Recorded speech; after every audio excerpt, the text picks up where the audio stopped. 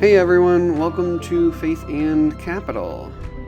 Well, Tripp Fuller and I, we did this episode together about several months ago. I mean, almost a year now, back in March, and we decided to do a follow-up. We wanted to do a little Q&A together, and we get questions all the time about faith, about theology, about the Bible, and also about Marxism and socialism and communism and capitalism and all that stuff. And so we thought it would be fun to get together a whole bunch of questions, and we posted on our social media stuff, and we get questions in our DMs and emails all the time.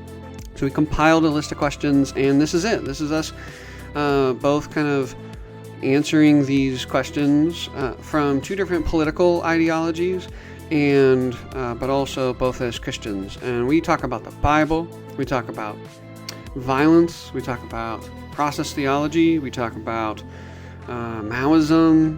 I mean, the list is long. I think we started off with maybe 15 questions. Could not get anywhere near. Some of the questions they're so-called 30-second questions, which usually take a few minutes, and then others we spend a little bit more time on. And yeah, I think it was really fun. I really enjoyed Tripp and everything that he's done. And I hope that you all find this Q&A interesting as well. Last thing I'll say is we got some really exciting stuff coming for 2022 for the podcast, Faith and Capital. And I'm so tempted to give some spoiler alerts, but I can't. One of the things that's definitely going to be given a bunch of time to is bonus content in the Patreon, which you can access for $1. All right, so I'm not going to do the $1, $5, $10 tier thing. It's just open, and you can access all the extra content that will be put in there. And oh man, I'm trying not to slip up on stuff. But okay, I'm going to stop talking so I don't ruin any surprises. Really fun next year coming up. I think we've been doing this for almost 3 years. 3 years probably starting this coming March 2022. But we're not there yet. So love you all, thinking about you all. Please join an organization that's actually organizing or serving the people. I spend several hours every week participating in an organization that directly links me to the masses. And this practice, these relationships that are developed, deeply orient my politics and orients my faith, and I think it's been really transformative for me, and I think it would be really transformative for you. So again, I'm always trying to encourage people to find a communist or socialist organization, or you know what, if there isn't a Maoist organization nearby, then just join some kind of vaguely left organization, do some book readings together, start a book club, see if some people will read Maoism or some anti-colonial and some proletarian feminist, some really truly revolutionary material with you in history, and practice with them. Because I told someone the other day, I would rather organize and actually participate in an organization with people who are more reformist than I would communists who aren't actually doing anything, right? So I think it's really important to get out, start practicing while you continue to study. And okay, I'm going to wrap that up there. Here's my conversation with Tripp Fuller, Q&A with the host of the Homebrewed Christianity podcast. Hope y'all enjoy.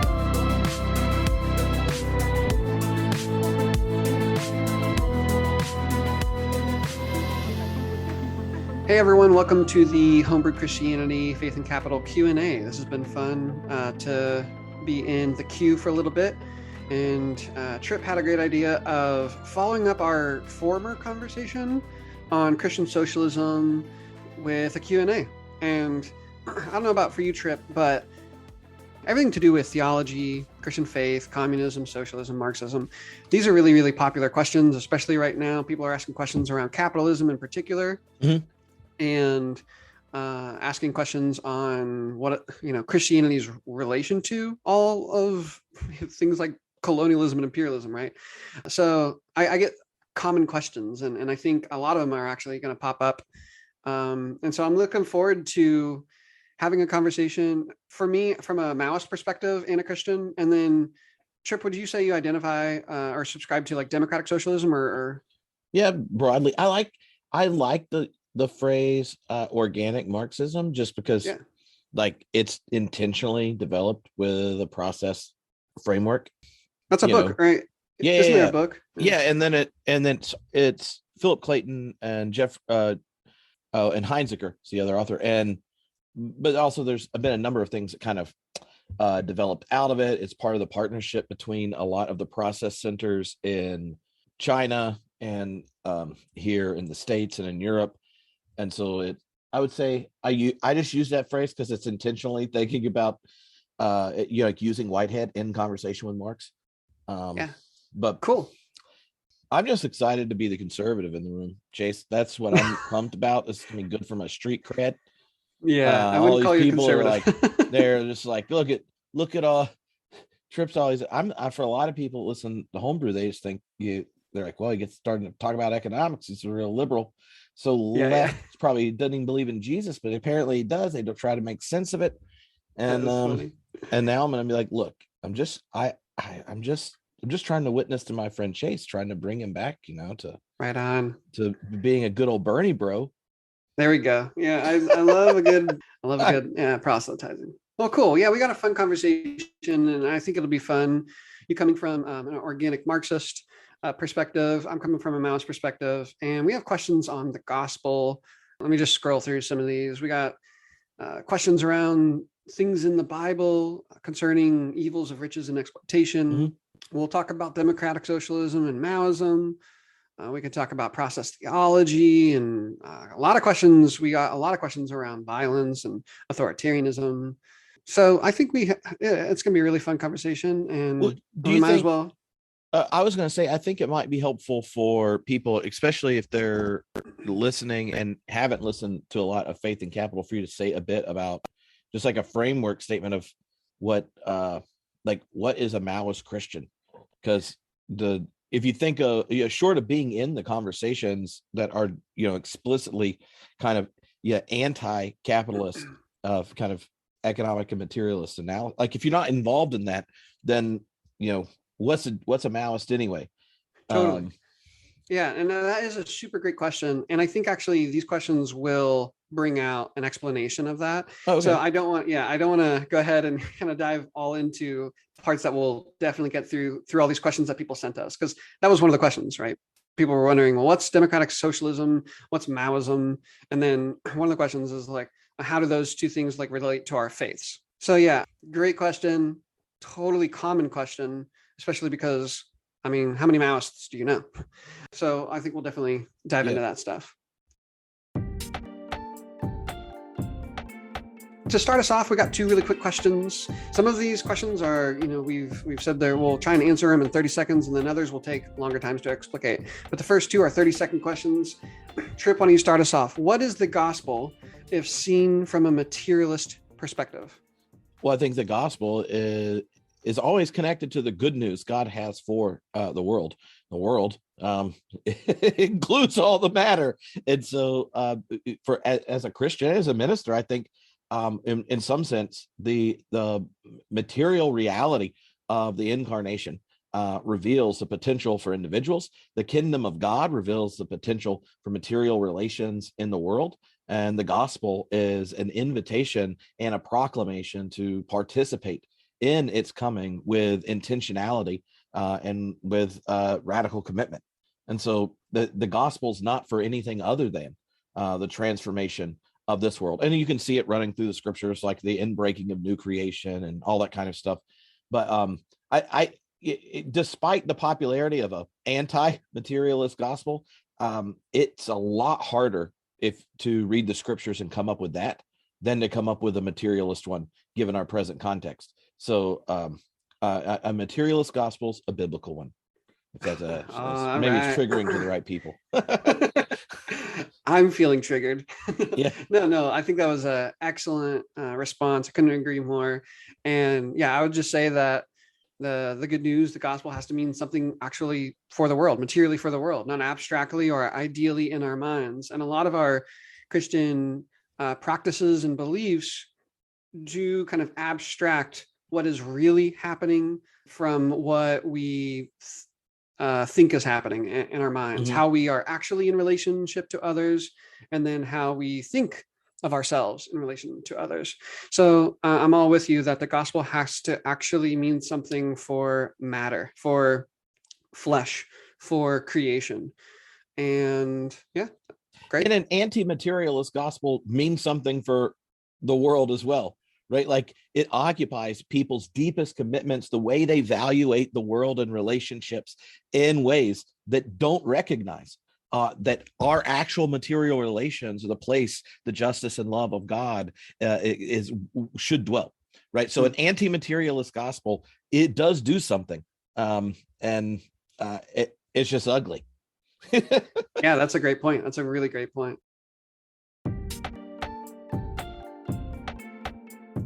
The next question, given so much damage and baggage of white Christianity, what keeps you a Christian? And I'll go ahead and let you to go ahead and start off again. Oh, okay.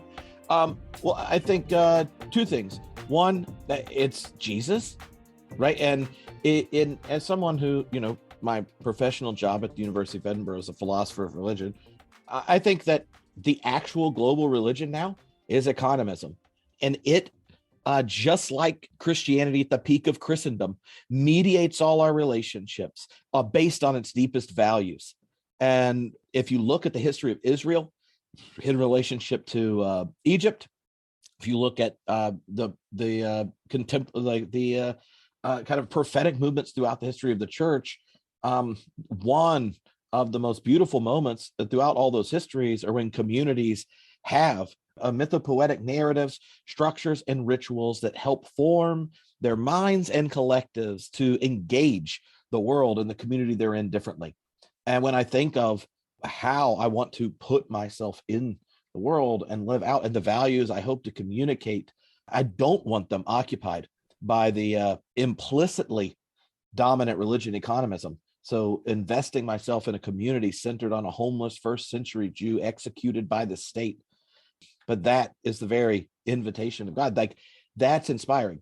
But that also means why Christianity is heresy. So like if and it's in all the everything behind that question, I want to go yes, and then say a lot of my progressive friends, when they leave their more progressive church, go to a yoga studio and download Tim Ferriss podcasts. And so they accommodate themselves to the one true religion. They figure out how to meditate. They start stretching. They purchase in ways that make them feel good, and that kind of thing. But they don't realize that that leaving a particular tradition doesn't mean your tradition less. And so I think we need communities with deep, rich identities to resist the domination system of the day. And so I can do that as a person, as a Christian, without, making the sweeping judgments or totalitarian demands about Christianity over against other religions or even non-believing, deeply rich versions of communitarian life. Leaving a tradition doesn't mean you're traditionless. Tripp, I heard that one. All right. I heard that one. That was great.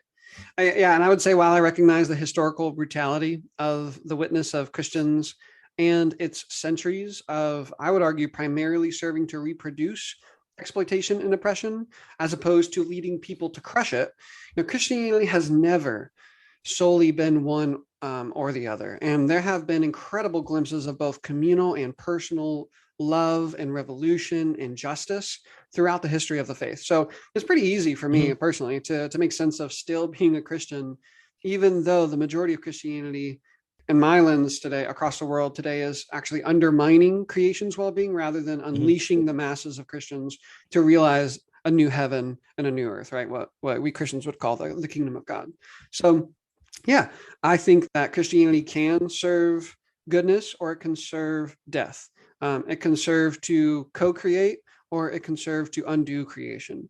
And it's not either or. And part of what this whole conversation is about is actually analyzing the material, economic, social, and political ways that we are materially organized and are the ideologies of the systems that Christianity has partnered with for evil or for good.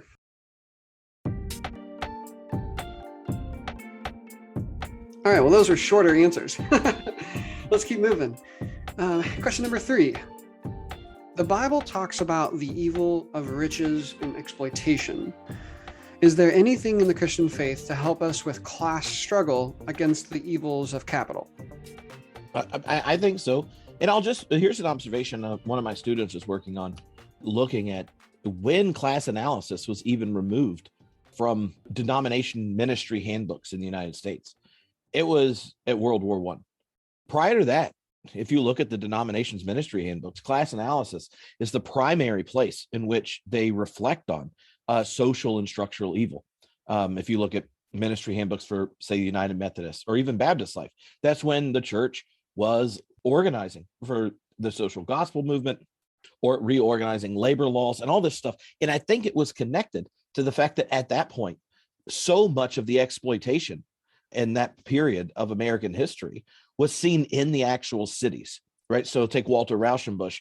He is in Hell's Kitchen in New York, a German Reformed Baptist preacher. He births he organizes a bunch of ministers for the social gospel. And part of it was organizing for new labor reforms, be it ending child labor laws, 40-hour work week, all these type of things that we assume today. Those were religious movements, and they were based on class analysis and how the current economic system led to the death and harm of the very congregants of these ministers.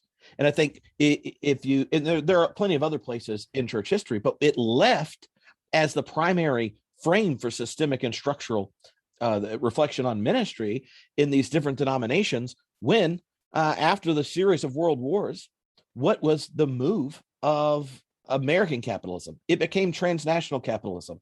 And then we started exporting the actual crucifixion of the poor and working class to other nations and places. So you don't have a minister who simultaneously takes the confession of both sides of the exploitation in the same way. And so I think that the movement of bodies meant that we could then get silent or we mute the death that is entailed in so much of our economic system, our habits of production and consumption.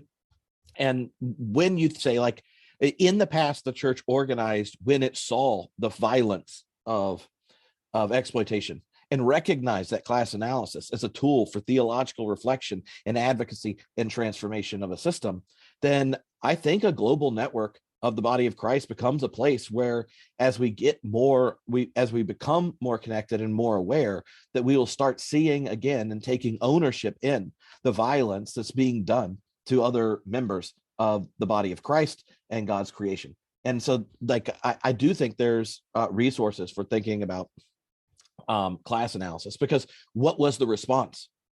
The response was one most any Christian knows. It's like every worship service has it.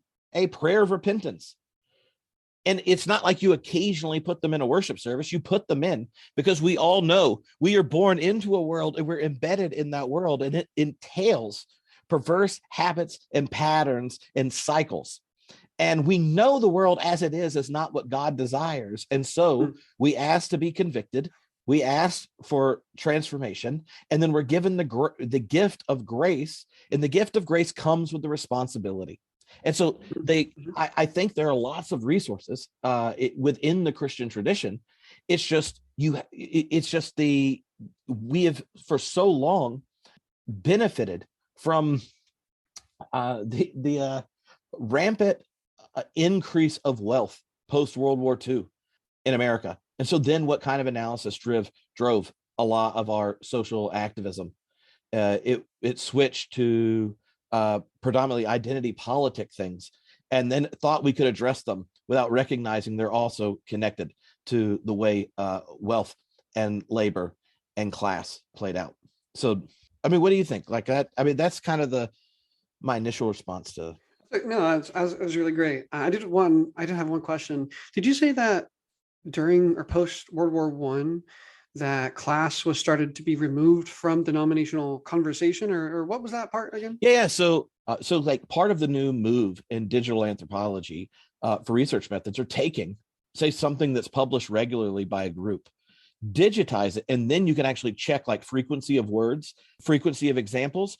And so if you had a chart, and those you listening, and look at when the majority of denominations had their new churches in cities.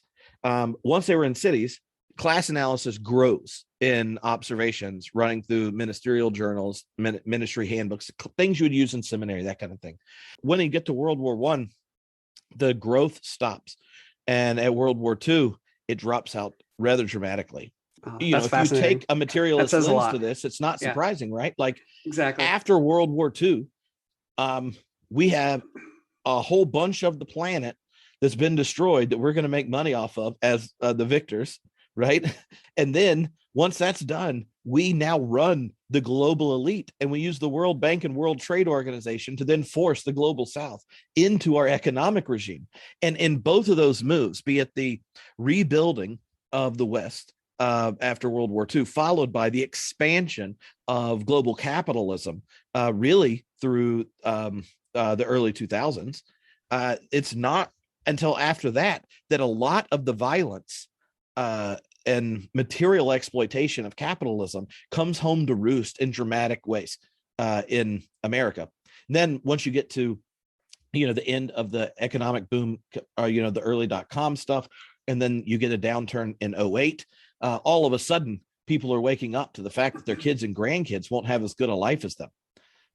And the exploitation can no longer be exported and cover up the death we're dealing. It starts to show up at home. It starts to affect people's retirements, the grandkids' outlooks. And then now you see, I think, the rise of class analysis again. And like in your 2-year episode, like when you're looking back at what you've done the last 2 years, you point out like the number of places where Christians in the West are turning to kind of critical reflection on capitalism again is growing dramatically. Mm-hmm. And so I think it's a response to the material conditions, not that exploitation wasn't always there. It's just that now we're seeing it and now we're experiencing it in new ways.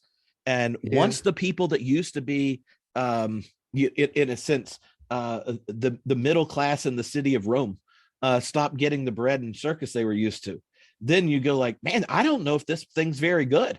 And then you turn around and like, the church in the global South's like, you just now got that, but I think that's that historical trajectory kind of helps us understand that, yes, we are waking up, but we're waking up and starting to ask those questions means that there was something preserved in the beautiful a desire for justice and material transformations in the faith, that more and more people think that these kinds of question analysis are connected to their allegiance to a Palestinian revolutionary. Yeah, no, I think you made some really great points. Lenin famously, or he theorized that at the end of the 19th, beginning of the 20th century, capitalism had developed into its highest stage, the stage of imperialism. And the first World War I, from a Marxist perspective, is an imperial war. It's a war between imperial powers and for the reproduction of colonialism. Mm-hmm. And as we all know, the US is the imperial superpower that wins the Second War. The fascists in Germany said they wanted what the US had. They wanted to do what the U.S. had done to indigenous peoples, to Black peoples, to the masses of workers here. And the United States said, well, you're going to have to defeat us first. And we did win. Mm-hmm. We said, no, the fascists will not be the true fascists. We will be the world's imperial power. But I do think that's fascinating to think about how inside the imperial core, inside the United States or other European countries, that shift of class consciousness can easily be crushed by calls for national unity for imperial wars, calls for national unity for the reproduction of colonialism. And so that's definitely something that workers in imperial cores, like myself in the United States, should really be considerate of, especially Christians. So great, really, really interesting observation. I'll keep this brief and we can move on. The Bible doesn't talk about class. There is a host of stuff throughout the Christian history and Christian faith and the witness of both Christian and non-Christian peoples throughout the world in struggling for class liberation and class struggle. But I do think the Bible does talk about the evils of riches and evils of exploitation, the production and creation of unjust suffering and misery, right, through oppressive relations or unloving relations. And that's enough for me. Mm-hmm. the Bible doesn't have to help me. It doesn't have to define what class is in the 21st century context, right? It doesn't have to tell me that imperialism is the highest stage of capitalism. I don't need it to do that. Particularly the scriptures point me against the systems of death. And now we have to use other things like social sciences to understand, okay, what is really happening, why, and how can we transform it?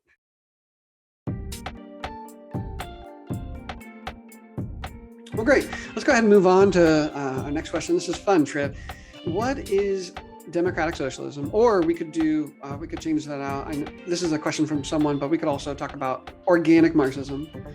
So the question that was offered to us is, what is democratic socialism? What is Maoism? And how do they differentiate? And how do they resonate with our faiths? So do you want to start off? Do we want to talk about democratic socialism or organic Marxism? Why don't you draw the contrast? Because for those that are especially new to Faith and Capital, part of what, since you've started it, is your growing conviction in the Maoist option, right? And so maybe you could say, like, what was it, or what were the challenges and things that made you end up in that space, to draw the contrast in the ways that, because I think everyone knows, like, your podcast is called Faith and Capital. So like the faith part was part of out of your own research, right? Like, that drove starting it, but also where you've ended up at this point is inspired by it. So how would you kind of distinguish the two and find, like, the Maoist option more attractive? Okay. Or compelling? Yeah, no, I think that's interesting. So why don't I just go ahead, rather than saying what democratic socialism is first, I'll just start with Maoism and maybe connect that to my faith, and then we can kind of go from there with this question. So Maoism we would call this Marxism, Leninism, Maoism, is the third stage of a revolutionary science, or revolutionary Marxism. So Marxism demystified and denaturalized the common lies and myths about exchange relations under capitalism, as well as about capitalist production, distribution, and accumulation. Marxism also posited the necessity of revolution. Then Marxism-Leninism was concretely tested and applied first through the Russian Revolution, then through the Chinese Revolution. And so Leninism, right, as a actual social science, on one hand, hammered out certain universal truths that can now be particularly applied, such as the need for a revolutionary proletariat to be organized and guided by a revolutionary party, if it hopes to win, the need to topple the rule of the bourgeoisie by smashing the political apparatus of the former bourgeois state, and much more. But on the other hand, the Soviet Revolution, having reached a stage of revolution that had never been achieved before, encountered new challenges, new situations, and had to ask new questions that couldn't have possibly been answered with certainty, because the only way to test the truth of revolutionary science is through revolution itself. So on the heels of the Soviet Revolution, the Chinese Revolution also applied Marxism-Leninism. And the Chinese Revolution, having learned about some of the new challenges and failures of its predecessor, they were able to advance even farther than the Soviet Revolution was along the socialist road towards communism. So just a decade or so after the Chinese Revolution turned revisionist and began to journey on the capitalist road back towards capitalism, Maoism was theorized as the third stage of revolutionary science, which has helped us clarify the necessity of the mass line, right, as opposed to commandism or tailism for the party, the theory or law of contradiction as an important lens for analyzing struggles, ideologies, tasks, and how things can fundamentally be transformed, the reality that class struggle continues through the socialist transition toward communism, both in society and in revolutionary parties. And I mean, there's just more and more. I could go on, but I'll stop there. That's what I mean by Maoism, or Marxism, Leninism, Maoism. It's a science that we use to help us understand what's happening in the world. How can we actually win revolutions, and how can we eventually end capitalism, end colonialism and imperialism, and transition through socialism to a decolonized feminist world of communism. And so I guess last thing I'll say about the Christian part, for me, Christianity compels me to give my life for the well-being of the beloved creation. And I think that's kind of a pretty popular sentiment. among us, like progressives or leftists or people who particularly identify as socialist or communist. All right, we love creation, we love people and creatures and the planet, and so our faith is deeply tied with that love. And in the midst of forces of death and in light of mass suffering and misery, my faith says that I can't walk on the other side of the road when I see people suffering, right? We don't get to close our doors to the people struggling for liberation.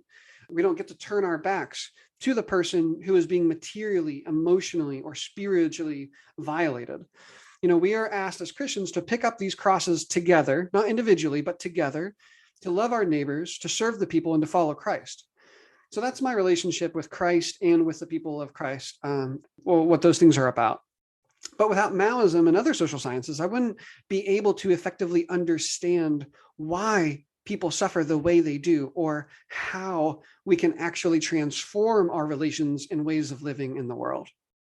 I mean, I guess there are a few things that, okay, I'd say the pragmatic one is I'm not optimistic on any kind of utopianism. And I also don't think about putting stuff in ways that will alienate potential allies. And my experience working with even in liberal religious spaces or political activist spaces is that certain kinds of socialist theory and the way it gets heard is off-putting to allies. Like, there's that part, but then the other side is as someone who, primary research area is philosophy and science stuff and how that shapes religion, I find a lot of the contemporary expressions of the social science used for contemporary socialists to be like underinformed about contemporary evolutionary theory in lots of ways.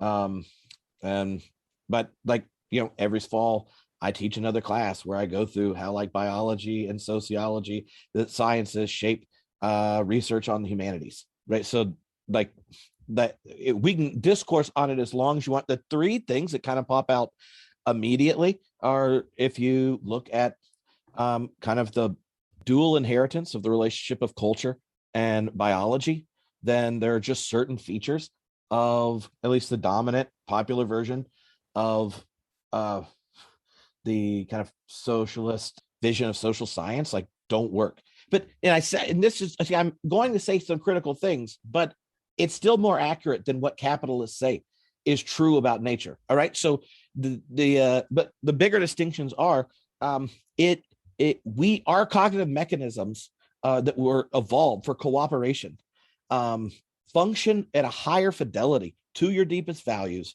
with more physical and material contact to the people. And so one of the features of organic Marxism is localism in deep ways. As you get much more local, you're using the cognitive mechanisms. We're not going to evolve, like your biology evolves much slower than culture does. And so for a lot, what the global capitalism did is it used mechanisms that evolved that helped us thrive and cooperate as a species in a different time, and then put them in a system that exploitates in really horrible ways. And so part of my engagement in looking at evolution and and cultural evolution is to think like, how does the critique of capital and how would you organize in ways to make progress that's sustainable? And I think a lot of it is connected to power. A lot of it has connected to local organizing. A lot of it is also connected to recognizing our connections to the web of life. And the other is the story that animates one's meaning, purpose, and value, which at one point was religion. Then I think it migrates to the state and now has migrated to the economy. Human beings function better when that mythopoetic structure or the sacred canopy of sorts is unrelated to certain specific features, namely where animosity or friction occurs. And so there, like if you look at life expectancies of even revolutionaries in El Salvador, then the life expectancy and psych studies on their life expectancy, they live longer if they're sustained by in a religious community of some sort, right? And it's not like they don't do acts of violence or whatever, but I'll just put it this way: so often the socialist story people tell is given with an all-enveloping statement that demands the conversion into a kind of new religious discourse. And I don't think we need to shift one economic system into another one that demanding that kind of allegiance, because that kind of cultural maneuver, it's not operating with the evolutionary mechanisms that we have very well. Does that make sense? I'm trying to think of a way to put it. When I hear it, I go, yes, I like it. I don't think we'll get there. And then we could think through a list of social psych reasons per se of how that's not the best way to get there. It's like parents that think like the best way to get your kid to do something and involves getting to a situation where you ultimately coerce them. What does that even sound like to you? I don't usually sit around thinking. I mean, I think about it, but I don't think about trying to persuade anyone on any of it, because I don't. You feel a little overwhelmed and perhaps nihilistic about the situation? Oh, I'm pretty sure we're fucked. And so much of what I think is driven by the fact that how many people are going to be left after ecological collapse is going to be how much action we can take in the next 20 or 30 years in intense ways. And the things that can claim allegiance other than the economic system are few and far between. And if you demand people shift to some other thing that tells its own history and then locates this as the utopian future, I don't think you're going to get a response. And just for tribal ones, like you could give the exact value statements and not use language from another culture and get a better response. And that's true in China. Like, so like when you work in across cultures and using people that are all informed by Whitehead, right? Like, so there are more centers for process thought in China than there are here. But so much of it has to do with even how you translate to communicate across cultures. And once you figure out how to do that, the ideas haven't significantly changed. The values and stuff are there, but how you respond to a story, a big story that you're invited to participate in, if you experience it as alien, there's only 22% of the population that will that we think have the cognitive predisposition to say yes. And that's less than the numbers who respond to difference with authoritarian predilections. Does that make sense? Like if you just do like how our cognitive mechanisms break out for the species, if the solution to something involves radical difference from where you are, more people are attracted to authoritarianism than to see this wholly new thing as a utopian solution and go to it. And historically, the working class has more authoritarian population in it in the United States. And I think like you can see that in the Republican Party. Yeah. Anyway. Yeah. Like if I bucketed the reasons is one, democratic socialism is a way of operating within the story America tells itself and leaning into the more beautiful side. I think the social science reasons for transformation of people of privilege, and this would include basically the whole country, given the way we relate to the rest, it's just not very plausible that you're going to get the kind of response. Then the current picture in the social sciences around the relationship of cultural evolution and the way it affects biology, and biology then goes back into culture, would lead us to hesitate on a number of features. And the third one is the nature of power, like moving for more bottom-up power, and in doing so, trying to organize societies more locally versus globally, because we are more successful as a species at living out our best values if we actually see the face of the other and have material contact with them. And one of the ways we preserve a large amount of exploitation is because the system alienates us from even the people we're connected to materially. And so the one way of addressing that is organizing ourselves economically in smaller units rather than nation states run by transnational corporations. But I don't even know if we're going to get the fossil fuel funded infrastructure bill through. So Yeah. All right. So there was a lot of really good and interesting stuff there, and I can't respond to it all because we should definitely keep moving with the questions. But I do like I'm with you on using different kinds of science, cultural and social and biological science, to understand how we operate and how we organize ourselves and how things kind of prevent or enable transformation in communities or between communities, right? Or I would say between classes as well. Mhm. But personally, I would be very skeptical of sciences that come out and say, well, listen, the transformation, it really isn't that possible. And here's the biological reason why, or here's the social, psychological reason why. And so that's something I would be, really critical and skeptical against, because sciences have always been used to keep enslaved people under their masters, to keep workers now under their bourgeoisies, to keep colonized and neo-colonized nations under their colonial and imperialist aggressors. So there's just a history of people being unified and overthrowing their oppressors. We don't just have a human history of oppression. There's always been resistance, and there have been successful moments where people have actually won their liberation. And well, yes, I think, don't you think historical moments of it are really different than the Maoist pictures you described?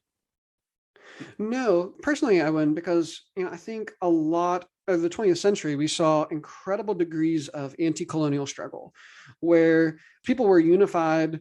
They identified themselves as nations all across Africa, Central and South America, Southeast Asia, and they said Britain, Germany, the U.S., France, these people are colonizing us. They looked at the material relations, they knew their own bodies, they knew what was happening. Mm-hmm. And so they said, these people have to go, or we have to overthrow them somehow. And there were a lot of successful anti-colonial struggles.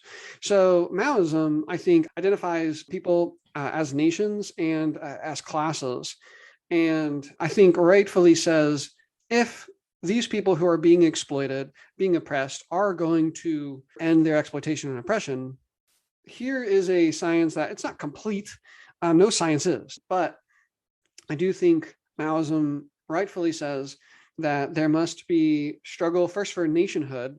For example, in the Philippines, if the masses of Filipinos, if they want to get free, they have to both oust their own bourgeoisie, which is a US-backed puppet, Duterte, and then they also have to oust US imperialism. And I would say that the history of domination, it's not forever set in stone. I do think that people can fight for liberation and that people can win. But I do think dominant ideologies and kind of knowledge production is definitely going to make us feel like we can't have liberation, people can't get free, and therefore we should just give up. Another part that I hear you emphasizing is how biologically, and using this cultural science as well, we've seen that small groups of production is really, I think you're saying, is healthy, and it can help us as humans thrive. Is that correct? Humans, when culture first emerged, where you have culturally mediated relations, right? And the economies, in a sense, does that today in horribly violent ways. So, like, if you look at the cultures where that happens less, and then go like, what are the variables of the culture that, if you're doing cross-cultural analysis, where, say, the gap between the richest and poorest is smaller, or life expectancy gaps, or whatever different, like if you go through a number of like wellness variables, then one of the unique features that sticks out across the cross-cultural analysis is the percentage of your actions that aren't mediated by the market and then the percentage of your actions that involve physical interaction with a person. And one of the ways a number like someone like Philip Goodchild was looking at even how early capitalism emerged and some of the places faith groups resisted it. Once money comes on the scene, it was originally used primarily for big purchases and such. And then once it started getting used for everything, where now money became the mechanism by which trust was exchanged between people, then you have in journals and in sermons and say like Scottish history as that starts to happen, them pointing like, why do you have to have money doing all these relations? It like depersonalizes it. Once the money becomes a mechanism, then that distance gets alienated further. The further distance between the individual and the exchange, you have the increase in exploitation. Right? Does that make sense? So when you think of changes, if you are thinking of policies you could do that you could get action on, you can create incentive structures under our current system to start to address some of these things in the meantime. If I was just being pragmatic and thinking like, what possibly could we do? Here's one.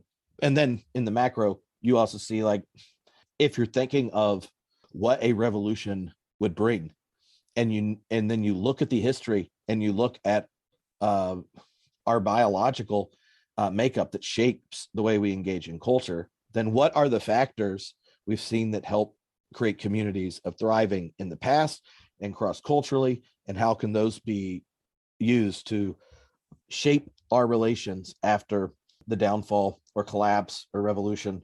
Because my bigger thought is, I mean, we can talk about all we want, but at some point there's going to be just a giant collapse, and then we're going to be forced back into local relations and all sorts of things. And I tend to think we'll be rebuilding from there, but I've become more and more pessimist. So yeah, I think there are a plurality of Marxisms that suggest transformation through different means.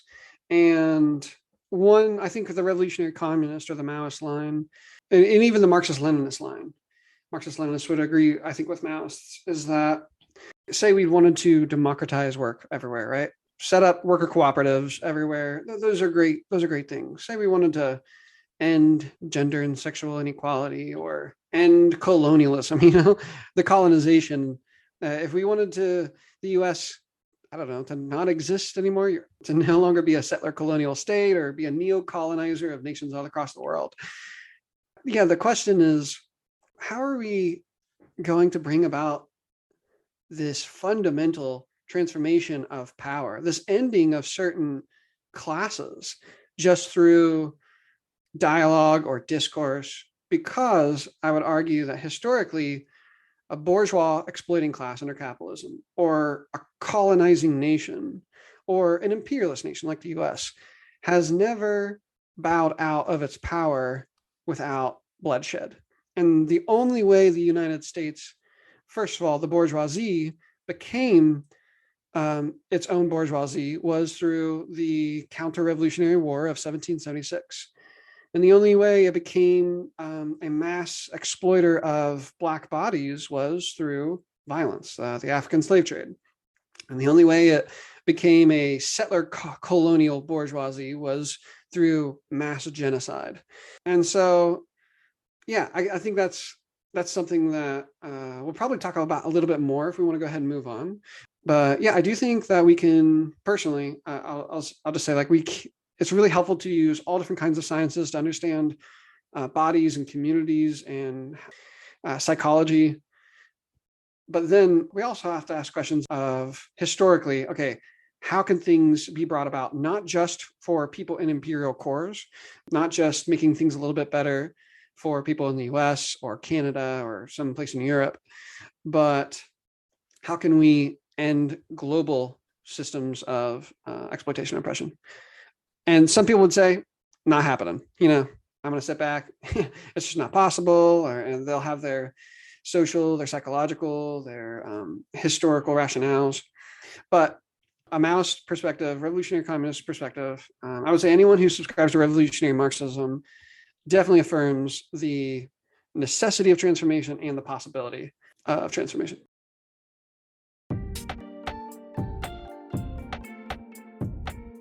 All right, number 5, how does process theology work alongside anti-authoritarian Marxist and anarchist traditions and its critique of omnipotence as a potential step towards a more anarchistic approach to these conversations? Mm-hmm. So maybe if you could, share a little bit about, process theology and working through or with some different kinds of Marxisms. I guess particularly, that question of that critique of omnipotence. If you could speak to that. So process theology and process philosophy in general is critiquing an image of God that has dominated the West since Christianity became an ally of the world's domination system, right? Be it Constantine on. And that image of God stayed, right, in the emergence of the nation state and the reformers in lots of ways, especially the maybe not so much in the radical reformers, but they were the ones getting killed by the Protestants and the Catholics. But the dominant picture of God in the West is one where God is omnipotent, where God has all the power. And so when you look at the world and it's created by a good and loving, omnipotent God, then you have to identify so much of the world and its structures and ordering institutions as the will, either chosen or permitted by the good and loving God. Process philosophy is deeply critical of it. Alfred North Whitehead, the kind of one of the main philosophers that kind of inspired it, he draws a direct connection between this critique of divine power and religion at the end of his book Process and Reality, where he says that when Caesar took over the church, he let his lawyers go through all the teachings of the church and edit it. And when Caesar's lawyers got done, he had rendered unto God things that were Caesar's. He had made compatible the story of the oppressed people of Israel and the executed Jesus fit the regime of emerging Christendom at that point. And he points out that throughout the West there have been a number of big pictures of deity. Like some focus on God as kind of principle or ground of being, some as like the moral center, some using law images, right? And they said there's a fourth vision, and he called it the Galilean vision, and it's a flickering one. And there he's referencing the story of Jesus. And so when I think of like how the critique of power and that it has material consequences, one of the gifts of a process philosophy to thinking about a host of forms of resistance to the current imperial power projects are a philosophy that does intentionally engage contemporary science or those type of things. And it's based on a much more organic, non-coercive picture of power. So then we don't look at the world and say this was permitted or willed by God. We look at the world as the very place God seeks to partner, call, lure with us to bring about God's deepest desires for the material world. And so a lot of the language in a process philosophy in each event, you inherit the past. Each creature has some agency, and then what's possible based on the material inheritance in the moment is there's a spectrum of possibilities. And the language Whitehead uses is that God lures each creature towards the most beautiful, good and true, zesty, adventurous thing. And it's that valuation of possibilities, but those are the possibilities that are connected to its material web of connections. So God's power is in calling the materialization of God's desires. God doesn't coerce and make things matter or make things happen. God invites us to materialize the deepest desires of the divine. And those desires are valued based on our inheritance of our material relations. Like with that kind of philosophical picture, and this is obviously connected to a lot that goes to a philosophy, I think it becomes like deeply compatible with a number of, political philosophies that are calling in the same questions, but also trying to imagine how do we value the available possibles for the greatest, for the greatest well-being of the whole network of relations that we exist in. If you Google constructive postmodernism in China, you'll see, like David Ray Griffin, one of the leading process philosophers, wrote the whole program that, is at the 36 universities in China that are all doing process philosophy now, or even core classes at so many of their universities. And it's connected to what's called constructive postmodernism there. And, so much of that vision is connected, but it's not in a theistic tone. I just say that because while there are lots of ways in the West process gets connected to more anarchist streams, there it's being used in an explicit way by the party's political organization and thinking through things going forward. It was the inspiration for them building whole new ecologically sustainable cities in areas that weren't developed to try to migrate population growth into places that are sustainable. That was one of the big projects that came out of it. The last big international Whitehead gathering, it was like 6,000 people or so in Claremont. You had the, I guess, third in command of the party there, and presenting on it and stuff. So I'm not intimately involved in that conversation all the time. I'm friends with people in a committee that are, but so if you're interested, I would just Google it or message people over at the Center for Process Studies at Willamette University or Claremont who can connect you to how that philosophy is played out in other political contexts and how it engaged directly, right? Like the inheritance of the Maoist tradition in China and such. Yeah, that's really helpful. I have yet to dive into exactly what you're talking about, the relationship between Whiteheadian philosophy and present day persons in China. And so I'm really interested. I have talked to some theologians who have taken Whiteheadian process thought and talked with people in China before, presented, but I haven't got to dive into that relation. So you said Griffin produced a lot of the content. So he gave this lecture that was called Constructive Postmodernism, which is essentially the Whitehead's worldview and how the different disciplines relate and all that kind of thing. And one of the party heads loved it, got it translated, sent around, and then since the 90s when that happened, there's been continued growth and development of partnerships and such. That's cool. Yeah. Yeah, so, I definitely want to learn about that. One it's on my list of things I want to learn about, yeah, that's and instead when it comes up, I just text one of my friends and goes to China twice a year. And I'm like, what about this? Yeah. Well, it's really interesting, especially because of processes influence on my life and then communism, which from a Maoist perspective, we would say there's only been 2 socialist revolutions, successful ones, and the second one is the Chinese Revolution. But also, Maoists would also say that after Mao died, Deng Xiaoping defeated the Gang of Four ideologically within the party. And so they actually turned back towards capitalism, and they have a mix of a state and very private capitalism now. So it is actually an interesting conversation, and we don't have to get into the ML or the MLM, all that stuff. But there's a lot of points of interest for me. That's cool.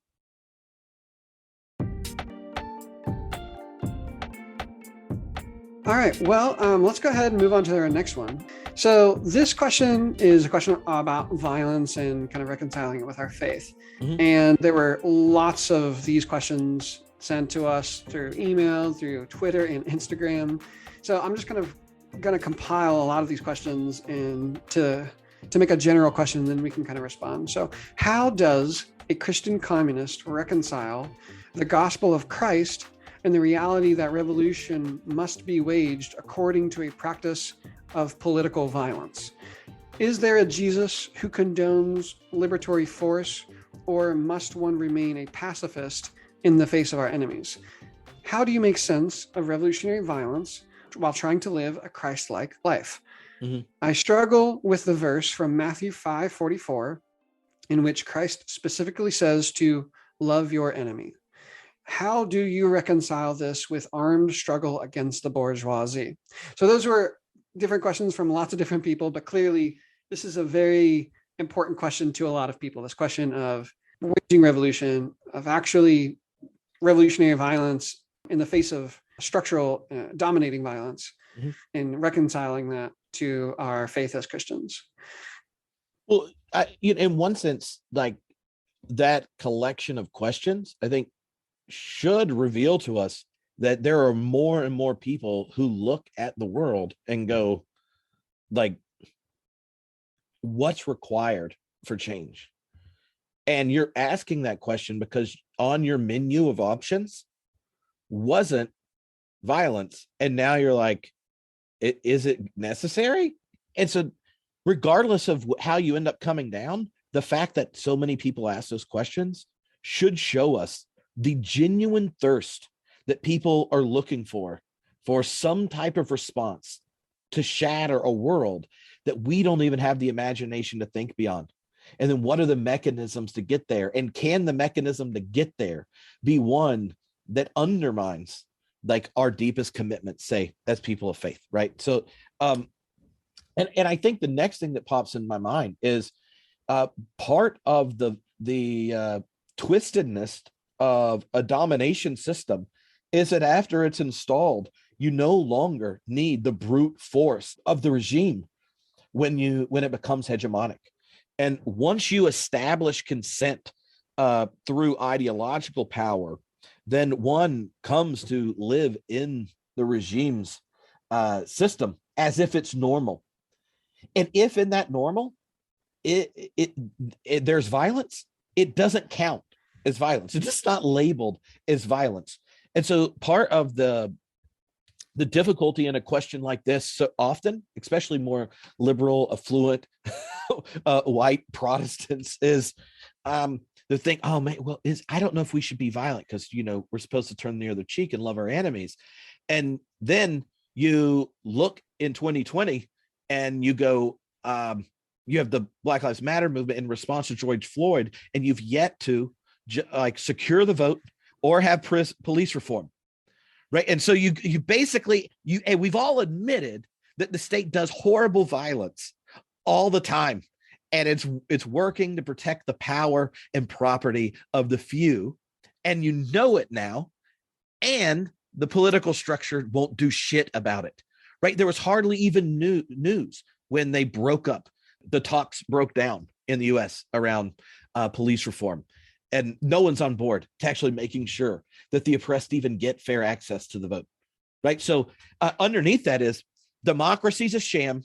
The state gets violence, and it doesn't even work on the rules they're given. And all the while, this is the nation that's packed full of people that follow Jesus. So we're supposed to trust the system and be nonviolent, and yet we're exporting the most violence elsewhere. If you talk back here, we aren't going to do it. Like, you can get how you get to a point where you're like the questioner going like, so what do we do? Like, if nothing happens, if it won't respond, like, at what point do we switch mechanisms?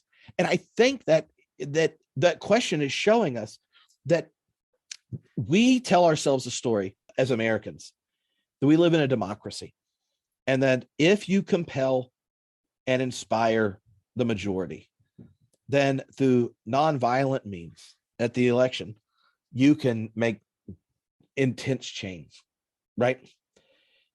Well, I think that's such a farce at this point. And I'm not saying we shouldn't advocate and keep working for better police reform and a more democratic system.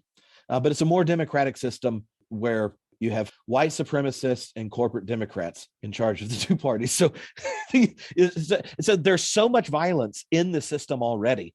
Then the question is, how much do you allow your neighbors to be trampled before you respond in a different way?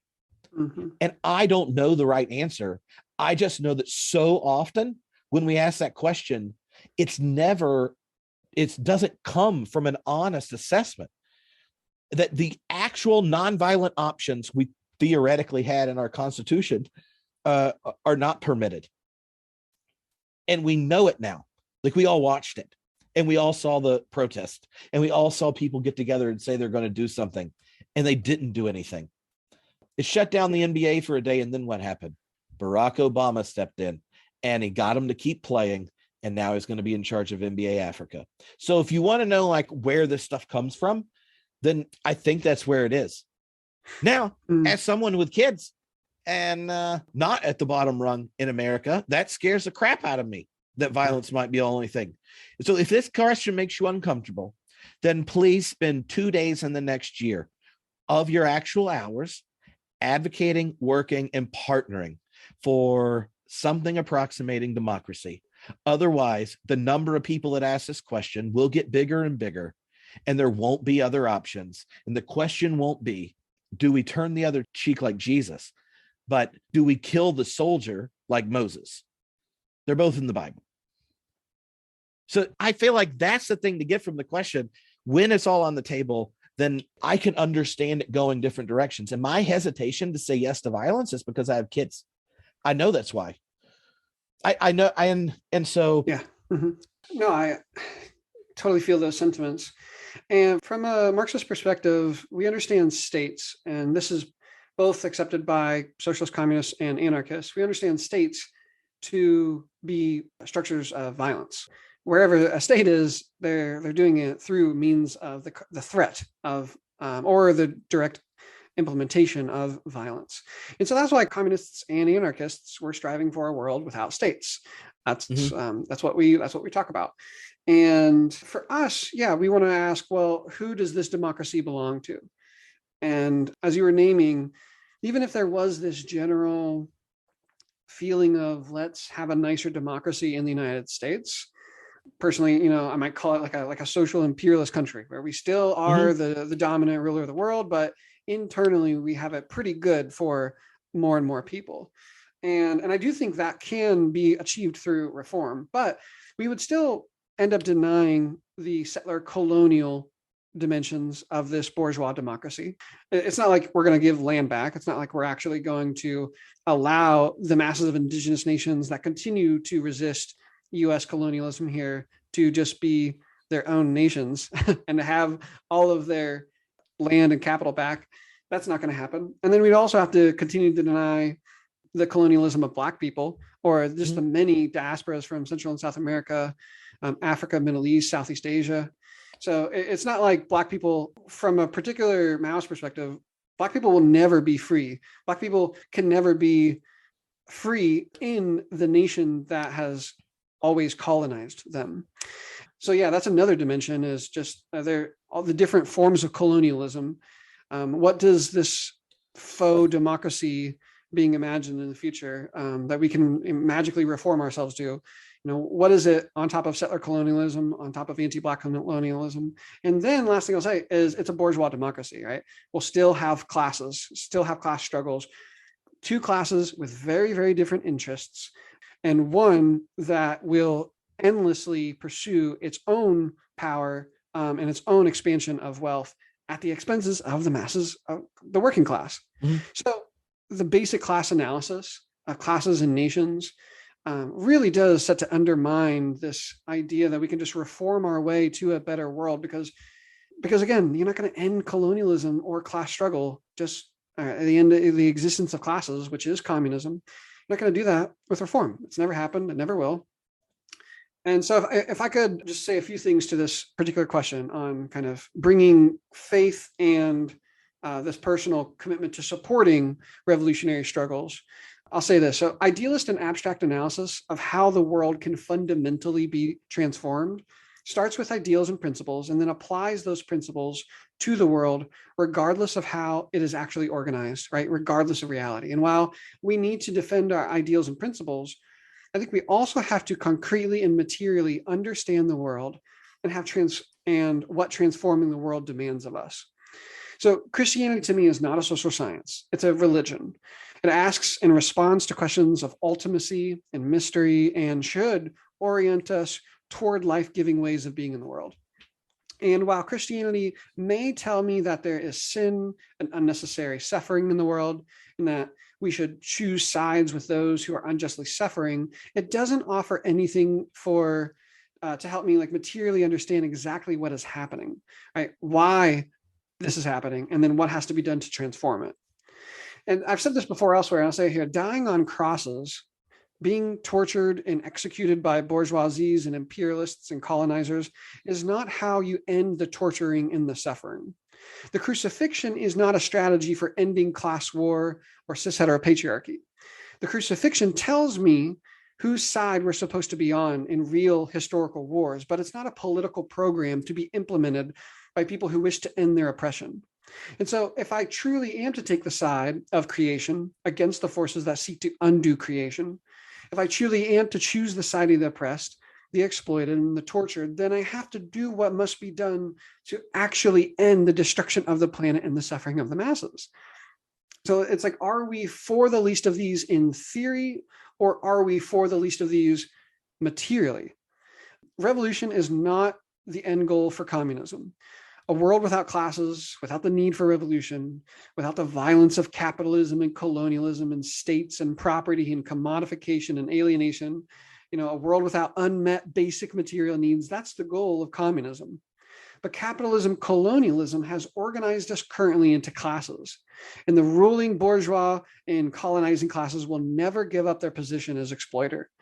They historically seized their class position through revolution, overthrowing both feudal lords and indigenous nations all across the world, and it is only through revolution that proletarian and colonized peoples can end their exploitation and domination. What were the Koreans or the Vietnamese people supposed to do? Protest against France, Britain, and the US, firebombing their bodies and entire mountains to ashes? What were indigenous peoples of Turtle Island supposed to do? Vote against the settler raids, massacres, and land grabs? What are Black and indigenous peoples and the millions of diaspora peoples who have fled to the US because of US imperialism and colonialism supposed to do after centuries of being slaughtered in their homes by our bullets and bombs, starved out of their homelands, worked to death, or forced into the miseries of lack of healthcare? No colonized nation or class has ever ended their exploitation or their constant dispossession or their need to defend themselves against imperialists and capitalists through reform or even dialogue. And so if you want to read more on the necessity of violence from a revolutionary Marxist lens, I would recommend State and Revolution by Vladimir Lenin and the single chapter on violence by Franz Fanon, and that's in his The Wretched of the Earth. So personally, if you can't reconcile what is materially necessary for exploited classes and nations to win their freedom with your faith, then I think our faith is actually serving the interests of the imperialist nations, colonizers, and ruling bourgeoisies. I mean, I guess there are like a couple of parts of that. The assumptions behind it, I just find problematic for certain reasons. But the other thing is, I don't think most people that like what you said would spend 1 month living life as if that was like happening. And I say it because I think we don't really have a clue of what our material existence would be like. I think it presumes a utopia that's not possible and a past where that wasn't the case, and then goes, let's try to get it to somewhere. And the violence tends to beget violence in really deep ways. And I find that whole picture naive when I think about humans. But that's what always comes to mind when I hear it. I just think you have giant shifts in revolutions, and none of them are ultimately anticipated. When you look at history, you get to there's a whole host of different variables, be it like cultural, technological, how we get food source, our relationship to environment. There are tons of things that lead to transformation, but if you ask people years before it, they don't think that's what's going to get there. And so sometimes I worry about telling a story as if you know how to get to where you're going, and one that asks of us a kind of change of lifestyle that we won't even practice in anticipation, if that makes sense. Because what I think America would rather take the planet down than to really shift things. I mean, and I said earlier I was pessimistic about this whole thing, but I get the same vibe when I hear communist utopian stories as I do when I talk to my real right-wing friends that tell me about how America really works. Both of them sound like fictions that animate a kind of response towards the people you're against that won't ultimately bring about more fruitful relations. And I get the criticism, like, well, maybe that's because you're just you've internalized a type of logic that wants to preserve a certain type of privilege. So I don't know how to negotiate that. But like, you've obviously moved multiple stages through reflecting on it. But like, for example, one of my friends is a Russian historian, and is like, Lenin's story is just factually wrong in lots of places. So like, if I go, well, read this story and it's intentionally factually wrong, I don't know. I would not use that as an example for justifying violence. Does that make sense? I think I'm saying what a lot of socialists in America think when they talk to Maoists. And I'm trying to exaggerate it for entertainment values. I feel like I'm not trying to be aggressive. I was trying to no way. These are the beliefs, I think, of a lot of people, right? The majority of people in the U.S. are not for the end, are not for transforming the U.S. through violence. Even the oppressed people in the U.S. don't want it transformed, if you ask. Yeah, so they would just want to be in the top half. Yeah, so personally, I'd want us to ask, I guess, at what point will we no longer tolerate this order of things that has been this way since the beginning of the United States? And so I do think ideologically we have internalized ideologies that have helped us normalize and get used to this world.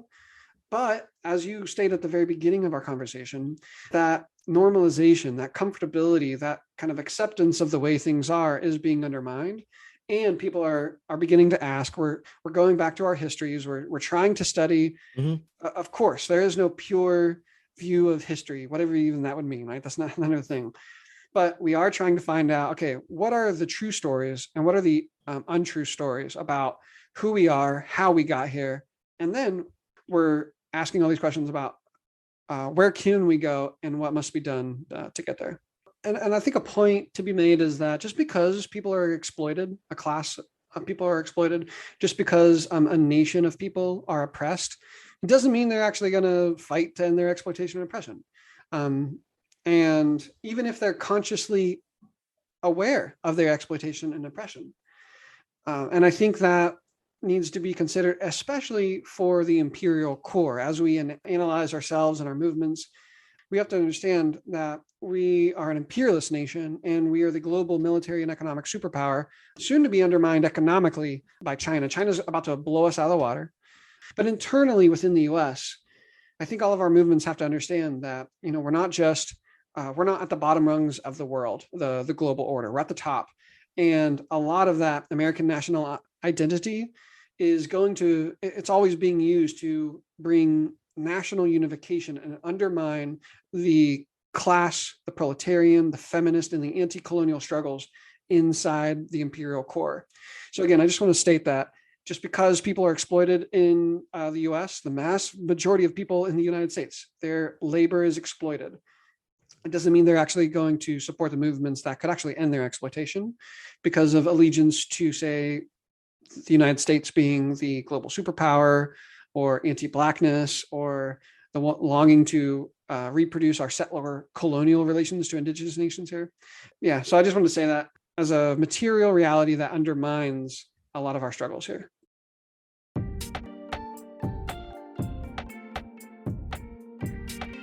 All right, Tripp, let's keep moving here. What's the difference between literal resurrection and historical resurrection? And let's try and keep this answer, moderately short.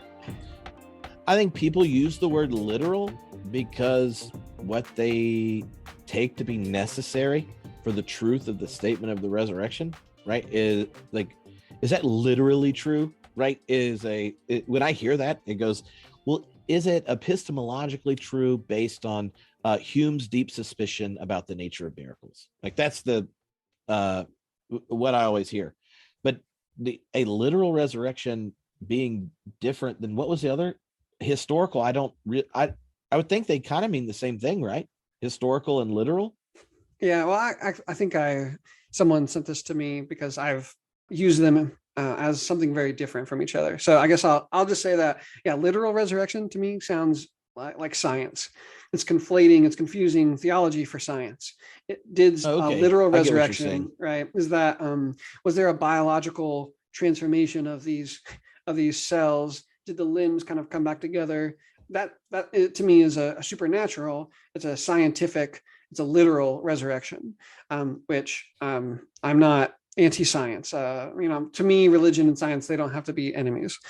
So I don't believe in literal resurrections, but I do talk about historical resurrections. And to me, that just means personal, communal, collective resurrections in the more symbolic sense, but that are actually historically true. So I might say that a people who have been crushed by neo-colonialism today, but tomorrow they rise up, they overthrow, and they end their being colonized by an imperialist aggressor. I would point to that as a sign of resurrection, as real death that has occurred for decades or centuries, and yet in the midst of the death, a new body can be raised. So yeah, I guess to me, it has to be historically real, not like literal. Oh yeah. I get what you're saying. I guess I just wouldn't have used historical that way, but I get what you, because a lot of times when you get cornered by conservative evangelicals, they're like, well, do you believe in the historical resurrection? And then the follow-up question is like, do you believe it happened literally? And the literal there's referencing the Bible. And then I usually respond and go, well, I think I believe everything Paul believed. And I think he's talking about an eschatological event. So the resurrection of the Christ is not just the reconstitution of a corpse, but the inbreaking of a new world in the world that we're in. And it's something we're invited to participate in. And it's revelatory of, the world's future and God, or, things like that. But if if you're just looking at the different like accounts of the resurrection, like sometimes he goes through walls, sometimes he eats, sometimes he doesn't, and all that kind of stuff. In Paul, it's a Christophany on the road. He tells it differently in Acts. It's just when people like ask about it, the scriptures testify to its reality, but not exactly its MO.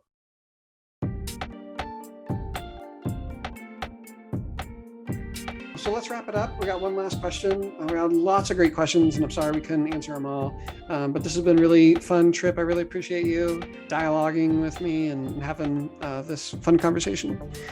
Last but not least, concretely, how would you envision change coming to create a better world? What are a few of concrete actions that would need to take place, and how does your faith speak to that? Tripp, you want to start us off? Yeah, I think a lot of it depends on the horizon, right? Like that you're thinking of like concrete actions for you, concrete actions for a collective. I think one of the things I personally am invested in is figuring out how to create communities for people who are in similar situations, or like life trajectories of me. Basically, a lot of the people I was their youth minister, who, because they internalize the story of success, are taking on student debt, are continuously moving, and then are alienated from pretty much the relationships that they were born into, and nourish them. And all their new friends are people that have made the same material commitments they have to try to win and succeed at a system that's making less and less space. And I think that group of people are a lot of them that are finding, podcasts like yours and stuff online, and are going, there has to be another space. And then you say like, well, what can I do? And so often you start to ask those questions, and the more you become aware of the sick system, the more it already has you entangled, and you can't see another option. And so I think there's a number of kind of concrete goals that you can come out of that. part of it is letting people know they're not alone. The next step is finding ways for them to connect and support each other and practice acts of solidarity. Like I organize a group of people who are older ones of us, trying to materially help younger ones to avoid debt so that they get to follow, to use their gifts in vocations to make a material difference in the world and don't have the horizon of vocational options limited by kind of the neoliberal debt slavery. Also think that concrete steps are whatever organizations you're involved in, especially if it's a community of faith, vocalize insistence that both like time, attention, and money of the community needs to be invested in the cross-bearing people of our time. And without that, you're not being faithful. Most churches have a group that organizes volunteering and giving. And usually the person that's most animated can redirect it. There are tons of things you can redirect money and time to. Like if you've listened to this podcast, you know that Chase has worked a lot of times with trying to find working for the rights of people that don't own property for living. I'm going to imagine they don't turn down a group of retired people who are really into Jesus and want to help their neighbors, right? So those are places you can volunteer and show up. Because if you take leadership in a religious community and want to make a difference, so often it is helping the people who don't know the severity of the problem have relationships and stories that become reference points for making sense of the systemic issues. We live in a society that organizes our relations by class and dependency to the system, types of dependency to the system, such that we can't even imagine the lived experience of other people.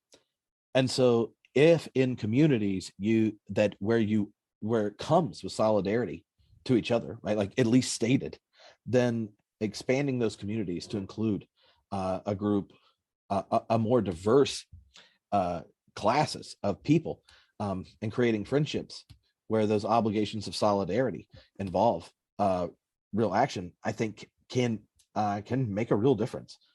And the other thing is, in whatever ways you mentor, stop giving stupid visions of what success looks like when you know that those who succeed at it have their life sucked out of them. Anyway, I didn't know what the horizon was. I mean, like, but if you're thinking of an individual that's listening to this, who's then connected to other networks, like what can you do in your home, in your mentoring, in your faith community, in your place of work, in your neighborhood? I think that's great. You know, two of the big things I heard you saying is choosing community over choosing alienation and choosing to kind of recluse back into ourselves and create a world where we don't depend upon people, where we don't ask things of people, nor are we dependent upon and asked of. I really appreciate that, choosing community. And then also in those communities, discussing the experiences, the actual conditions and the systems of that community.